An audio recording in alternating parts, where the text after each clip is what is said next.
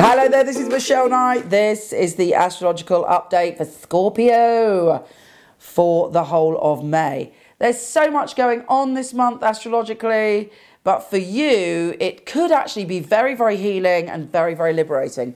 We kick off with Mercury going into a position of energy which is very, very familiar to you. You're opening up and you're feeling powerful in what you've got to say.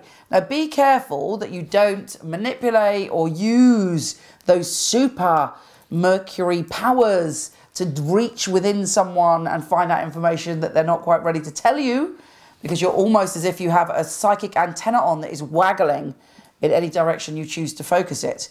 You have knowledge and you have power, but use it wisely, use it with compassion and use it with kindness. But it could come in very, very useful. Your superpowers are basically a light this month. We also have a grand Earth trine, and for you, it's all about really understanding that you can create any relationship you want. You can manifest a new destiny, new relationships, new connections.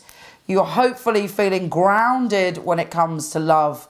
And even if you're going through a heartbreak or a difficult time, there's a part of you that is able to see the light, because this grand Earth trine is, I am plonking you here on the earth and I'm telling you you are safe.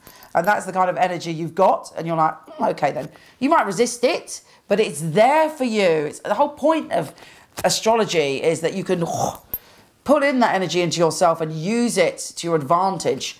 We also have a double kite. Again, we have the sun in your position of relationships, trining the moon in your position of being able to emotionally manifest what you desire. This is sextiling Jupiter, the planet of good fortune, in a liberating aspect.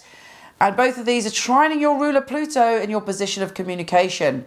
It's all about, actually, it's not even, well, it may be to do the way you communicate with other people, but what's fundamentally important is how you communicate yourself in your head.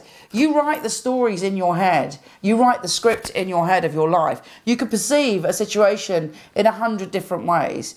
And the universe is saying, perceive it in its best possible light. And that will help you move forward, because there is fabulous situations in your life. If you're in a relationship, perhaps you'll have a revelation that you've been perceiving it in one way and actually it's okay. And if you're not in a relationship, perhaps you've written a script about not ever finding love or anything like that, and suddenly you can rewrite that script and go, yeah baby, happy ending. And all is revealed to you and you feel great and you feel like you believe it again because your feet are on the ground.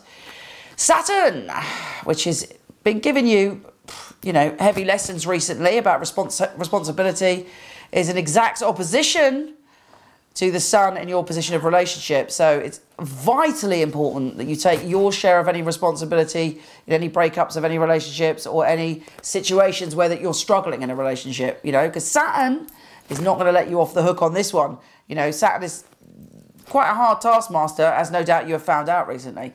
The Cardinal Grand Cross has the Moon Mars conjunct in your position of, feeling that you're in touch with your higher power, but it's squaring Pluto, your ruler, and your position of communication, and that's squaring Venus and Uranus. There's a lot.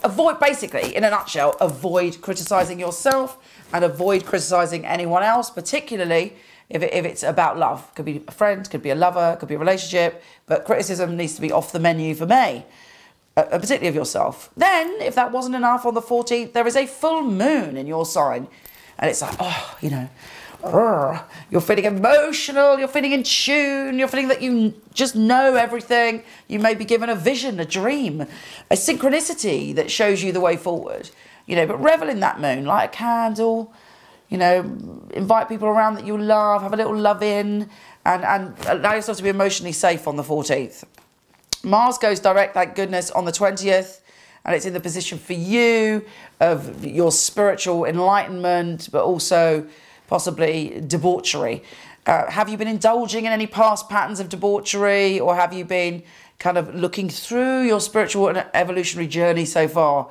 Any kind of escapism that you've been repeating, you can let go of from the 20th and feel a lot clearer in the wisdom that's coming through to you and the reality that's coming through to you. The Grand Water Trine on the 23rd should give you a happy little day. and a happy little time and a great healing when it comes to happiness, and you're feeling joyful and optimistic and laughing and embracing life. Take care, and I'll speak to you soon.